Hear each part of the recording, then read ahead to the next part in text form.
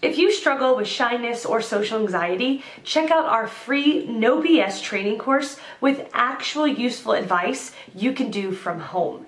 None of that just get out there nonsense. The link is in the description below. For now, let's get to today's question.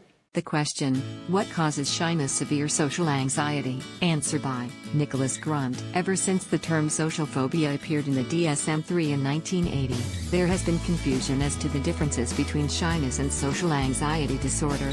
The new diagnostic category, formerly called social phobia, Full Guide, From Lonely to Social Life in 27 Days. It is not true that all people with social anxiety disorder are shy. I have personally worked with many people with personalities that were extroverted. Having social anxiety held them back and restricted them from doing what they wanted to do in life. When they overcame social anxiety, they found they enjoyed being the center of attention and the life of the party. The definition of social anxiety disorder has shifted over the past 30 years as the seriousness of the situation became clearer, and government epidemiological data consistently showed a larger percentage of the general population suffering from social anxiety symptoms. Minor changes were made in the latest version, the DSM-5, to indicate that the fear, anxiety, or avoidance is persistent, typically lasting 6 or more months. The question about what constitutes shyness as opposed to social anxiety disorder originated because of the problems of over or underdiagnosing the amount of social anxiety felt. Social anxiety disorder is classified as a significant amount of fear, embarrassment or humiliation in social performance-based situations, to a point at which the affected person often avoids these situations entirely, or endures them with a high level of distress. 2. People with social anxiety disorder endure high levels of anxiety in daily activities, and this high level of anxiety makes them avoid situations in which they would like to participate. A key difference between the two definitions is that social anxiety disorder is not considered a normal facet of personality, or a personality characteristic, whereas shyness is. People with social anxiety experience fear, anxiety, stress, embarrassment, and humiliation on a daily basis.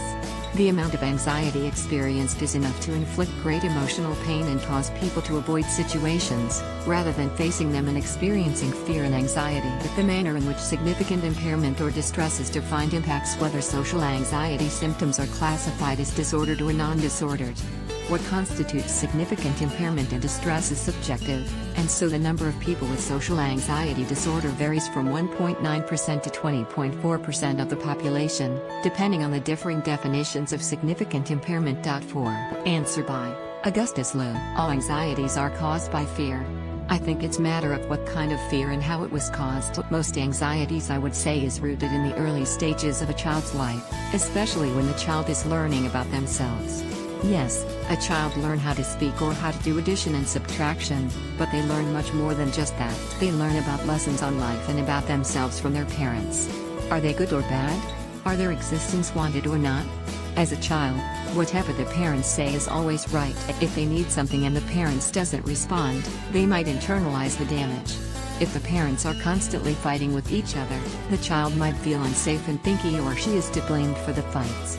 If a child getting bullied at school, that could leave an emotional scar if not dealt with. But to be clear here, I am not advocating living inside a bubble or pretend that no problems exist for the sake of your child, but teaching them and reassuring them that their value in midst of all the conflicts is important.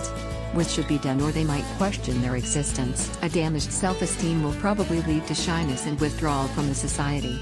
They won't be able to ways to stand up or provide themselves on different levels, financially, emotionally, physically, etc. However, low self-esteem doesn't mean you have to withdraw in all areas all at once.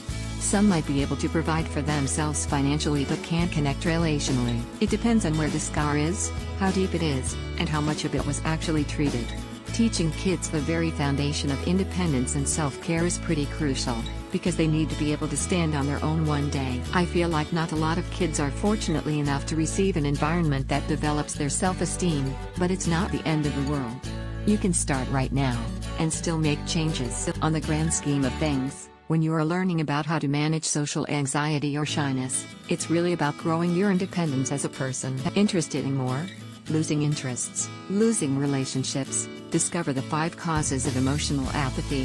Free PDF. Answer by Roni. I believe trauma of all kinds, especially being abused/neglected as a child, can cause shyness, or outright withdrawn.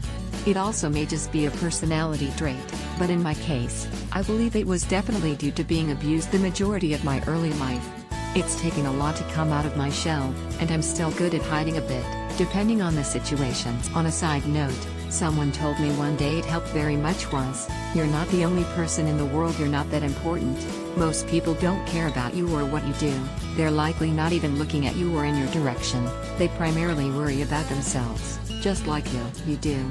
Does that make good sense to anyone else? I'm not a conceited person whatsoever, but we all get so wrapped up in my way of being, we don't realize 99.9999999% of the world doesn't know who we are, much less of what we are doing, saying or how we look. And they simply don't care. We need to worry more about our own selves. I do believe there would be much less, micro and macro, conflict and trauma. We don't need to worry about what others think of us, it's really none of our business.